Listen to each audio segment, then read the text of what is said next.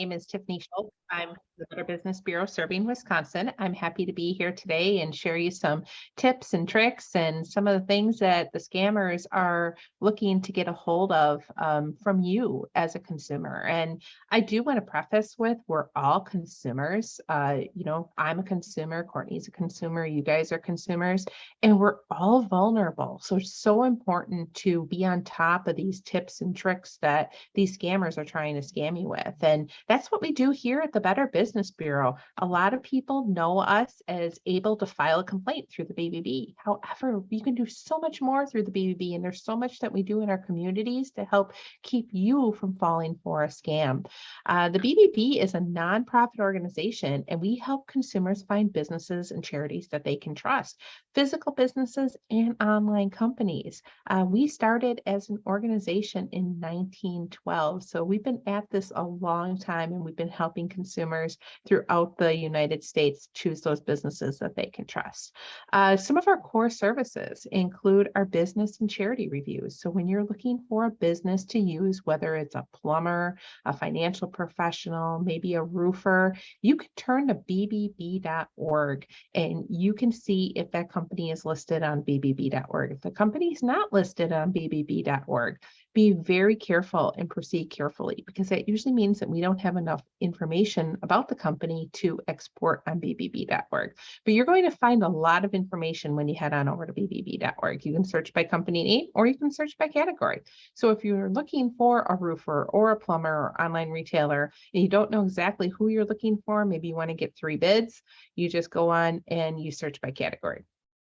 If you do know the company name, you can plug that into. Make sure that you are searching by city. That way it's going to give you a little bit better search results, because it's going to know exactly where that business is located. But once you get into the business that you're looking for, you want to look at their rating with us. You want to look for any consumer complaints, how those complaints were handled by the business. Not all companies respond to their complaints, so that's really important to look for, especially if you're going to be spending thousands of dollars with a company. Read any customer reviews that were left about that business. BBB reviews are completely different than Google reviews, because Google reviews, anybody can leave a review for a business. I can leave a review for my neighbor who had a really bad experience with a company and not even have an interaction with that business. On bbb.org, you cannot do that. You have to have an interaction with that business in order to leave a review. So they are tried and true reviews on there. You can see who owns the company, you can see how long that company has been in business, and you can see if they're accredited or not. An accredited business has been completely vetted by the BBB. They have joined our trustworthy community of trust. And those accredited businesses actually support everything that we do as an organization. We are a non-governmental organization. We do not receive any type of federal funding. All of our revenue comes from those businesses who support us through accreditation. So when you are looking for a business, it's okay to use both accredited and non-accredited businesses, but an accredited business has been completely background checked by the BBB. We check licensing, we do a background check on the owner, we find out if they have any felonies and any other things of note, any government actions. So if you're choosing to work with a non-accredited business, you're responsible for checking all of that on your own to make sure that they're who they say they are. Believe it or not, there are contractors and other businesses who are supposed to be licensed that'll tell you that they're licensed, but they're not licensed. If they're accredited through us, you can be sure that we've already put that stamp of approval and they have an active license that is current, not expired. We also have our dispute resolution services, which you probably are very aware about. Something doesn't go right, you're not getting in touch with the company to resolve a problem. You can turn to us on bbb.org/complaint and you can file a complaint with us. That complaint goes to our dispute resolution specialists who work with the businesses to try to resolve your complaint. It's completely free and it's an alternative to going to court. We have our advertising review services to keep misleading ads out of the marketplace. If you see an ad that's misleading, you can bring it to our attention and our team will look into it and try to work with that business owner to correct that ad in the marketplace. We also have a full investigations team that investigates bad businesses. We send out press releases. We work with the media. We educate the community on the scams that are taking place in the marketplace. I work with all 3 networks here in the Madison area, Channel 3, Channel 15, and Channel 27. We're constantly pushing out scam information so that you can make informed decisions for when you get these crazy phone calls, emails, social media messages, text messages, and the message goes on and on and on and on. So we want you to be informed of the red flags that you can look out for. So we're constantly pushing that information out into the community, not only through the television channels, but we're also working with radio, newspapers, newsletters, chambers, you name it. We have an entire team dedicated to doing that. We also do community outreach. We're constantly talking to groups. So if you're part of an organization, you'd like us to come and speak at any event that you have, our speaking services are completely free. We can speak on a variety of topics. A lot of our topics do center around scams, but there's other topics that we can talk about as well. So if you're interested in hearing from us, you can reach out to me directly, and you don't necessarily have to be in Madison. We have representatives throughout the entire state of Wisconsin who can help you and get a speaker to your event. We create standards for good ethical businesses. So our accredited businesses need to pledge the 8 standards of trust. And that's a few of those items include doing the right thing, be transparent, tell the truth. And there's 8 of those. And everything that we do rolls into advancing marketplace trust. I do want to talk a little bit about our impact from the last year. Over 1.9 million visitors came to bbb.org to check out businesses, and 83% of those people who are visiting are coming to check out businesses. They're doing their homework before they hire that contractor. We opened 163 investigations. So our team is working on roughly 3 investigations per week to get bad businesses out in the marketplace. We helped resolve nearly 20,000 disputes from Wisconsin consumers. Now, these are Wisconsin statistics. These are not statistics nationwide, but we helped 20,000 consumers last year in the state of Wisconsin. So our dispute resolution team has been very busy with that. And we saved consumers more than $108 million on goods and services last year by filing a complaint with BBB. And when we talk about scams and warning the public, this team has been very, very busy. Believe it or not, we warned the public over 1,000 scams last year. Incredible amount. The scams just keep coming, and they just keep coming in, and we keep pushing it out. We're very thankful for our media partners who are willing to get that information out to consumers like you. Awesome. Wow, the BBB does so much. So hopefully people now know kind of all the different things that they can go to you for. One of the things you mentioned is, the community outreach, which is what you're doing here today. And since it's Cybersecurity Month, I wanted to talk a little bit about scams that happen online. So I know this can cover a huge variety of stuff, but why don't you tell us maybe about some of the ones that you guys see most often? There's a lot of scams that originate online, and it's really hard to pinpoint. And I had picked some out that affect all of us as consumers. And one of them is tech support scams. So this could take on 2 different forms. Scammers call and claim to be a computer tech and that they're associated with a well-known company. Well-known brands, scammers like to take advantage of well-known brands. And some of those well-known brands that we know of are Amazon, and we have received those phone calls from Amazon, but they also impersonate companies like Apple and Microsoft, because if you get a phone call from them, it seems real, right? Usually Microsoft and Apple aren't going to reach out to you unsolicited. And that's a key word here, unsolicited. If you haven't made a call to them, they're not going to be calling you. They don't monitor your personal computer. And they want to diagnose a non-existent problem. And what they really want is your money. So they want you to pay them by credit card and get your personal information that way, or they want to gain remote access to your computer. They are banking on that you don't have the skills to do what they need you to do. So they find a way to trick you into gaining remote access to your computer. And if you really think about what we do on our computers these days. We do a lot of things on our computers. We bank, we pay bills, we talk to our friends, we have social media accounts, we have passwords. There's a lot of personal information on our computers. And once they've gotten into your computer, they can get into your entire life and do damage. So if somebody calls you unsolicited, wanting to diagnose a non-existent problem, it's probably a scammer, and they either want your money, they want your personal information, or they want both. Or this can take on another form because scammers are tricksters, and they really know how to gain our attention. And you get a pop-up message that appears on your computer. It says that it's detecting a virus, and it encourages you to call or click on a link. And I want to show you an example of that.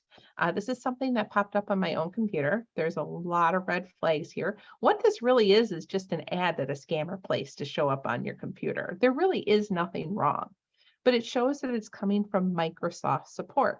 But look at the address bar. It's not secure. Microsoft isn't going to send you anything that's not secure. They want you to call a phone number. Once you call that phone number, they might give you an enter key on the right-hand side. You're going to put that in, and that could make them gain access, remote access to your computer. So if anything pops up like this on your computer, all you want to do is X out of it, shut down your computer, bring it back up again, change your password. It's always okay to change your password because you never know if they got your password from whatever they tried.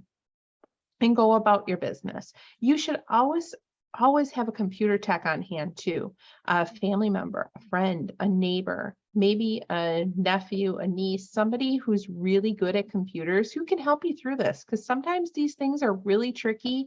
They're really complex to grasp onto. And just like you have your dentist and your doctor and your mechanic, people that you can call, you want to be able to have somebody that you can call for any type of computer problem too. Because once a scammer gains access, they can essentially become you.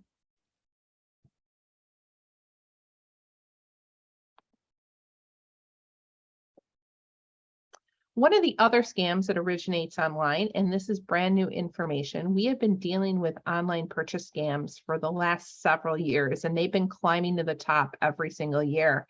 Online purchase scams were the most reported scam in 2022 of all scam reports. It made up 30% of the reports that we have. And scammers like inflation, just like everybody else.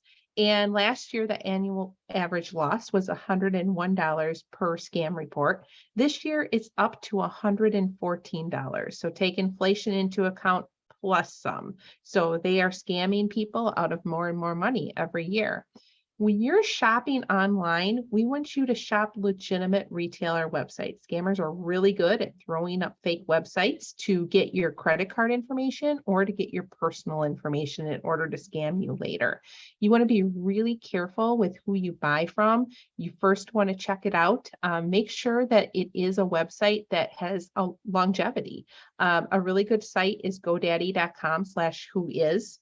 You can go ahead and type in the website address and it'll tell you when that website was created. If that website was created within the last week, it's probably a scam. If that website was created a year or two ago, it probably needs a little bit more research to show that it is legitimate, but that's one, thing that you can do as you kind of look through these websites. Another thing that you can look at when you pull up this godaddy.com/whois on the website is look at the country it was created in. If it was created overseas, Singapore, Guam, China, anywhere overseas, it's probably a red flag that you shouldn't be shopping from it. But what happens with these online purchase scams is items don't arrive because it is a fake site and they're out to get your credit card information or your personal information. Or how many times have you heard of somebody who said, yeah, I ordered from this site and it wasn't nearly what I thought it was going to be. We see this happen with cosmetics, handbags, Yeti tumblers are a big one. Just so many different things that they send you something completely different. And when you want to go ahead and return it, it's like $70 to return it. So basically they got your money because you're not going to spend the $70 to ship it back for a $20 item.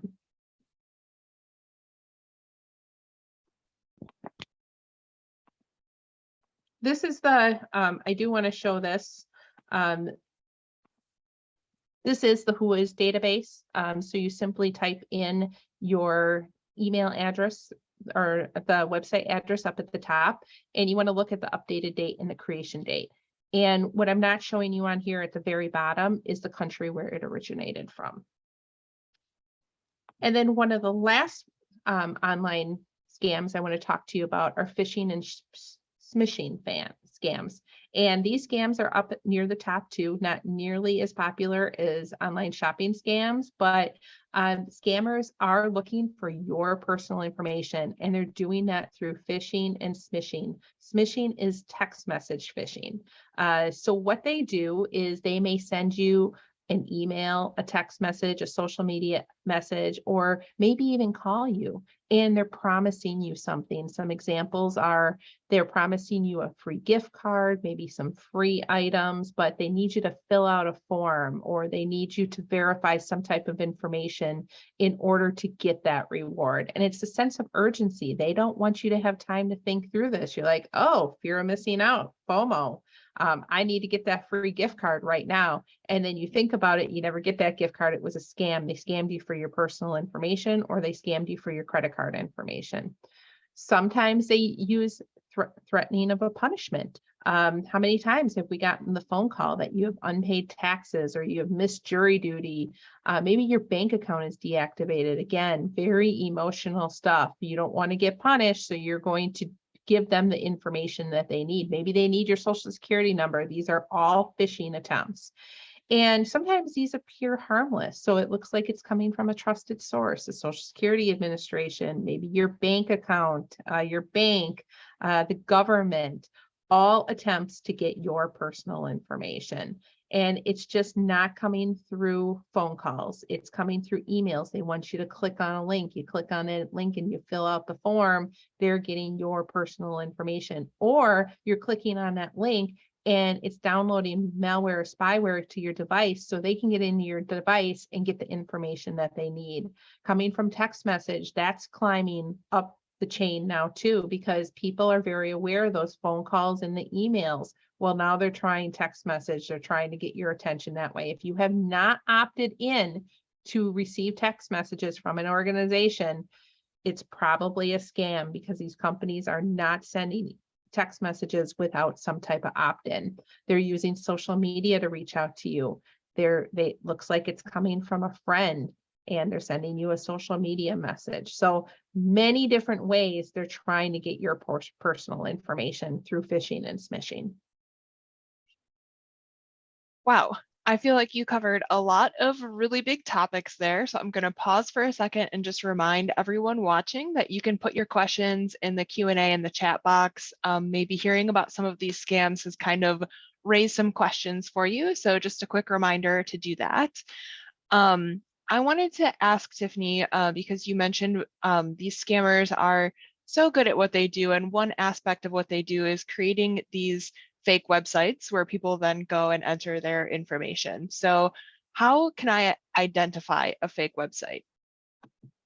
There's a lot of things that you can look for in a fake website. And I pulled an example here. This is a real fake website. So the consumer who had ordered a product from them did receive a product, but it wasn't the product that she ordered. She ordered an artsy like coat, and she got a small piece of fabric that would fit a Barbie. So this was a fake website. It has since been taken down, but there's a lot of things that you can look for.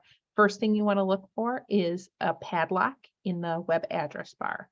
You also want to make sure that it starts with an HTTPS and not an HTTP. Your S is going to stand for secure. That's the first thing that you can look for. You also want to look throughout the website too.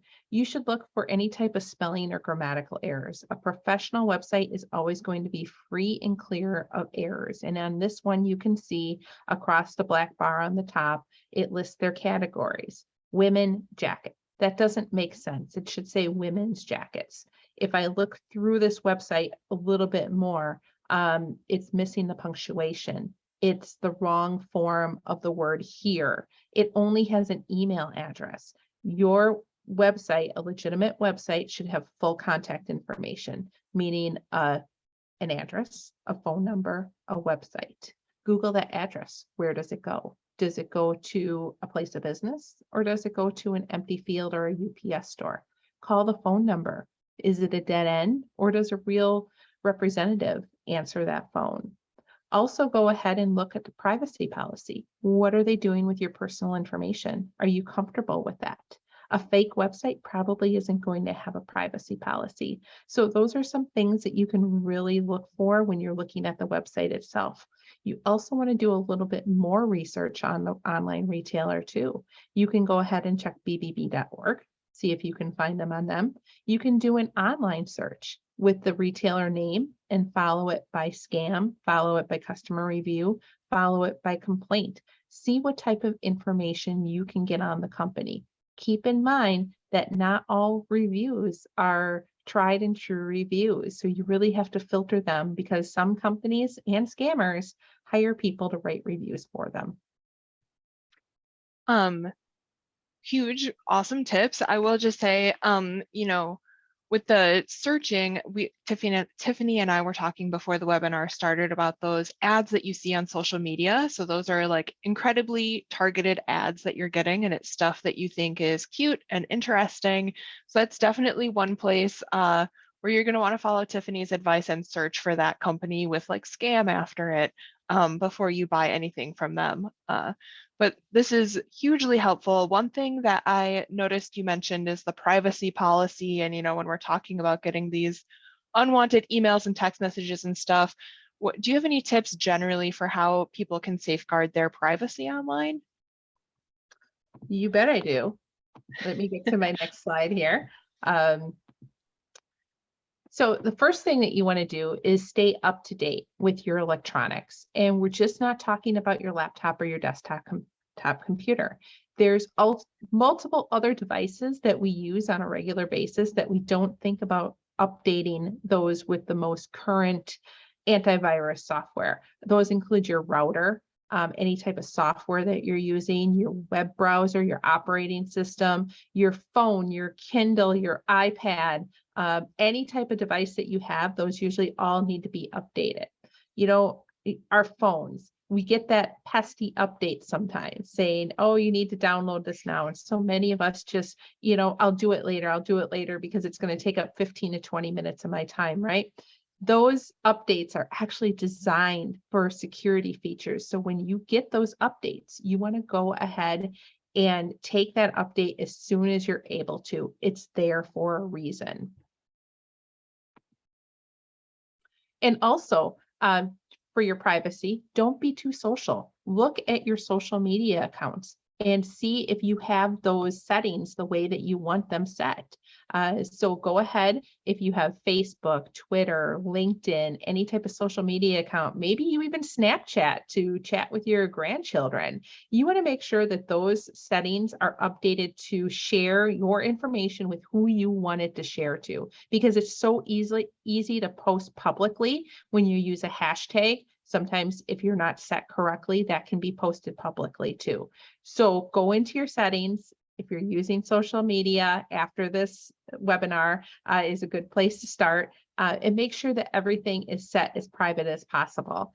Only accept friend requests from people you know. Scammers are really, really good at sending you a friend request from a friend that you're already friends with. Usually that friend has been hacked. So if you're already friends with that person, reach out to that person and say, hey, did you send me a friend request? Because we're already friends. This doesn't make sense. And this is happening more and more on social media, because what's happening is they're getting the password to your friend's account and posing to be them, making an account of their own and sending you a friend request to get your personal information. So it's all a whole ball of wax that keeps going and going and going. And be careful with what you share and with who. So many times we see these fun games that come across social media, your first car, where you worked, maybe your mom or dad's name, grandma's name, maiden name, all of that information. Well, they're fun to do, but a lot of times they are password when you go ahead and you set up a password or you forget your password, those are questions that are used in order to verify that they are you. So if you're posting this information publicly, the scammer can get it and they can essentially reset their password with the information you unknowingly shared on social media. So that's one way too that you can safeguard your privacy.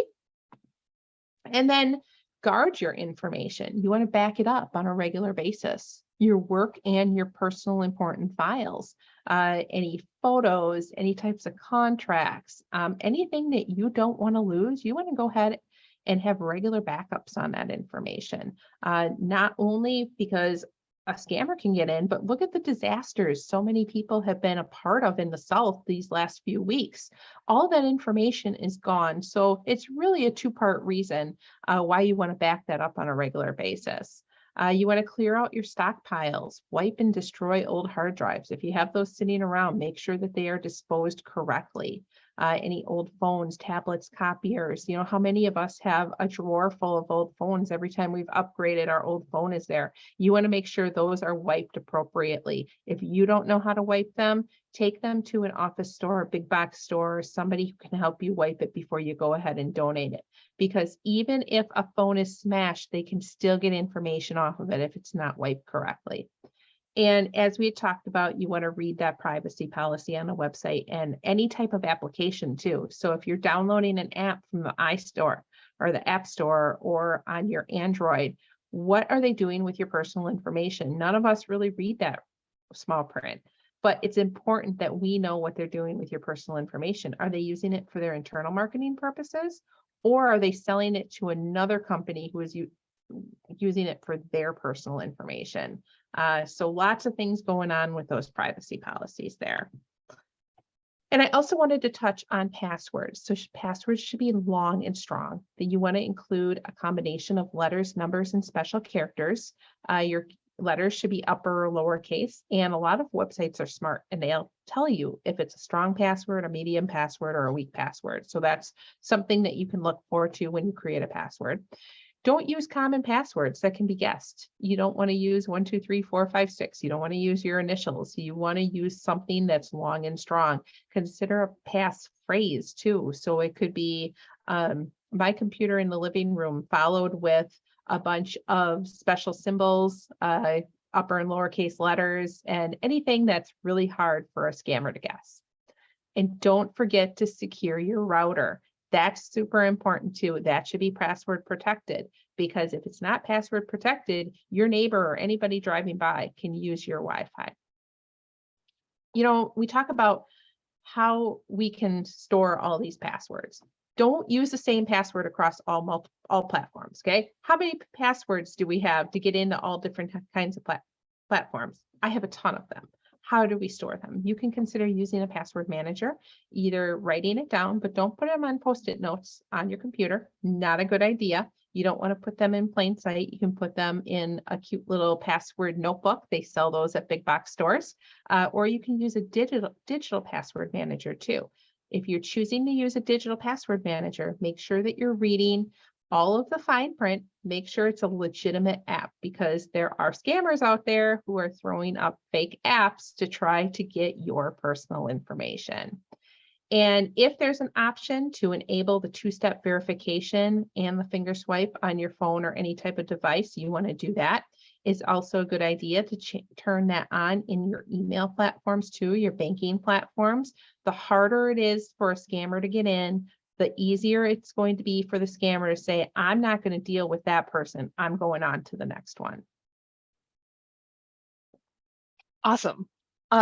Lots of great tips for protecting your privacy. I just want to add on one thing really quickly, which is, if you're using a smartphone, that you should have some kind of passcode or something in order to unlock your smartphone.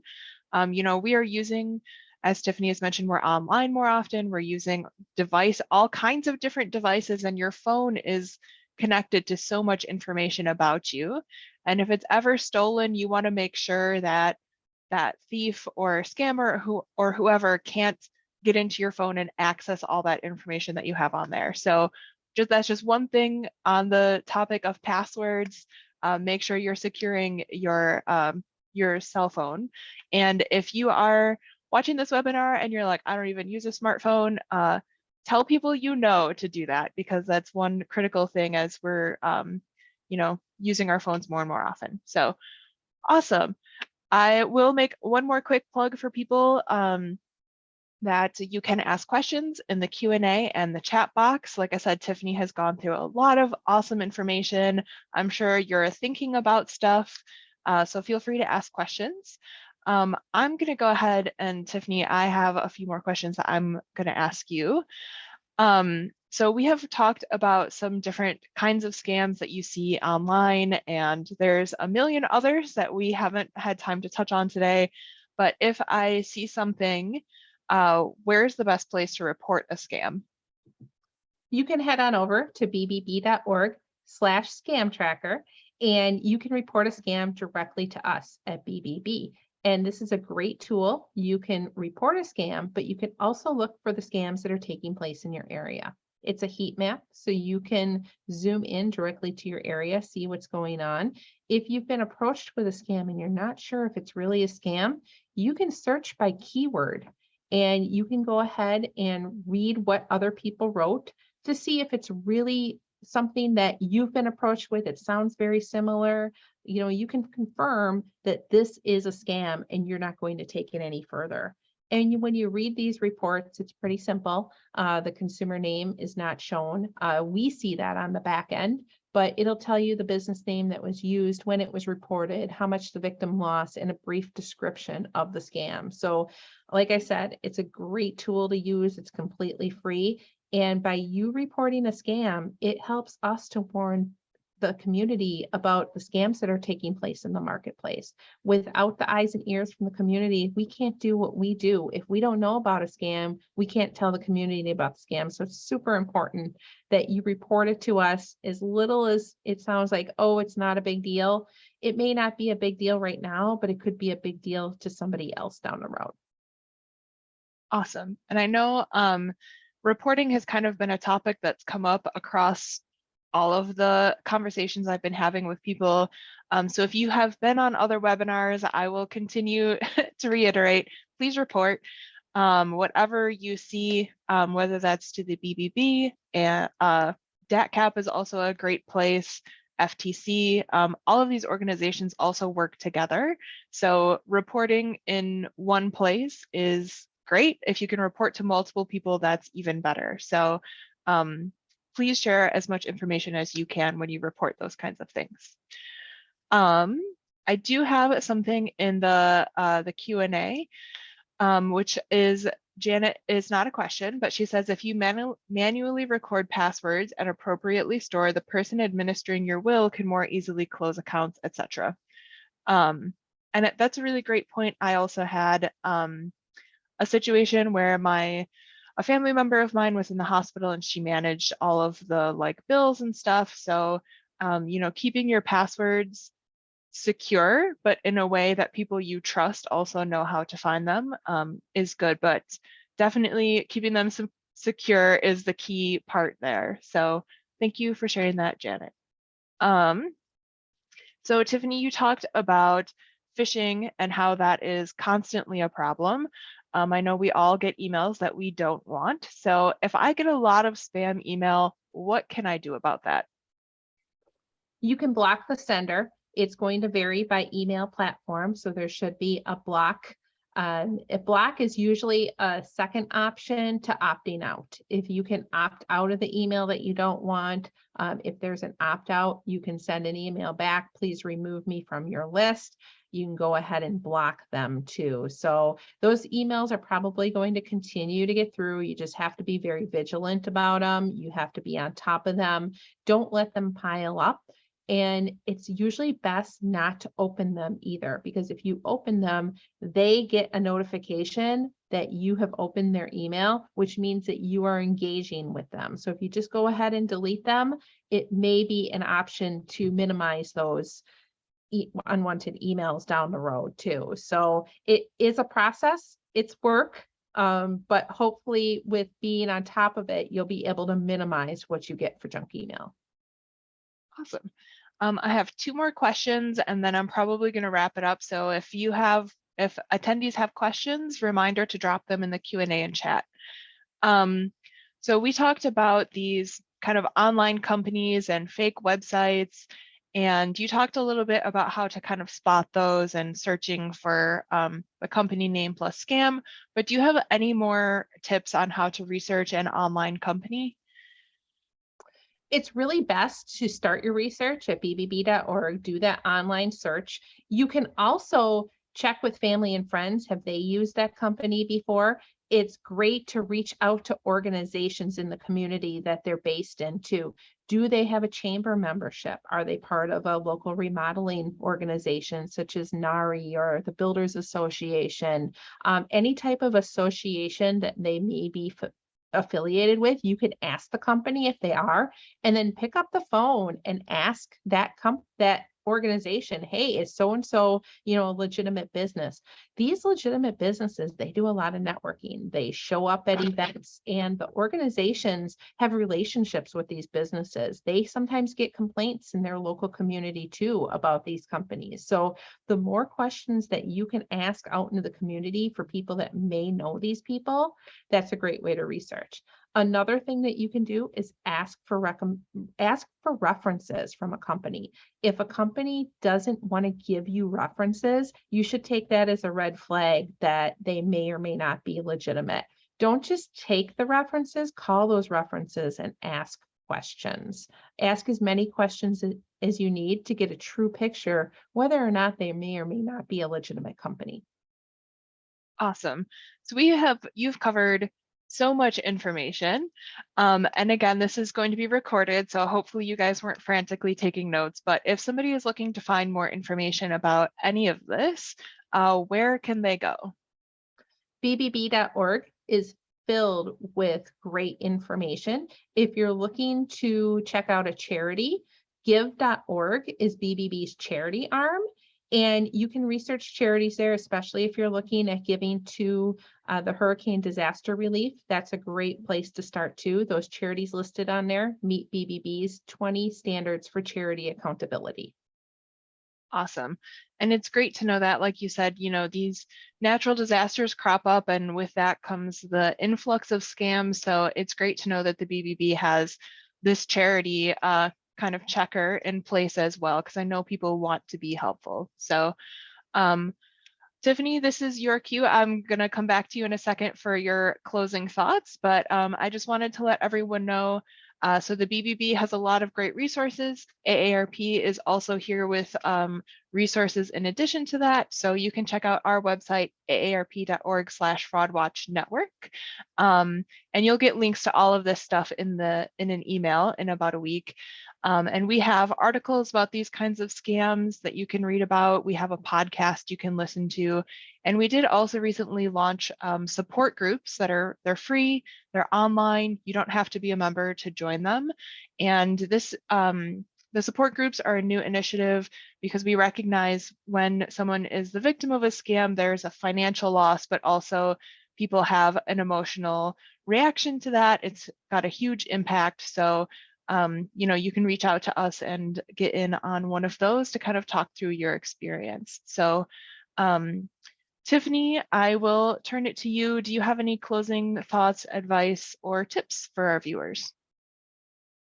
You can never be too careful. Check a business out, even if you know they're legitimate. It's always best to check them out because things do change. Maybe you used a company a year ago and you haven't had any interaction with them. So bbb.org, great resource. You can feel free to reach out to me. You can reach out to our customer service line. My contact information is here. If you have a general question, you can head on over and talk with our customer service associates. They're at 414-847-6000, or you can chat with them online or even send an email. So all that information is available on bbb.org. Great. Thank you so much, Tiffany, for joining us today. And thank you all for joining and learning about cybersecurity and online shopping. We'll make sure you get all of these resources in an email along with the recording. Next month, we'll be talking about package theft and kind of some holiday scams. So hopefully you can join us for that. And until then, thanks again for joining and stay safe, everyone.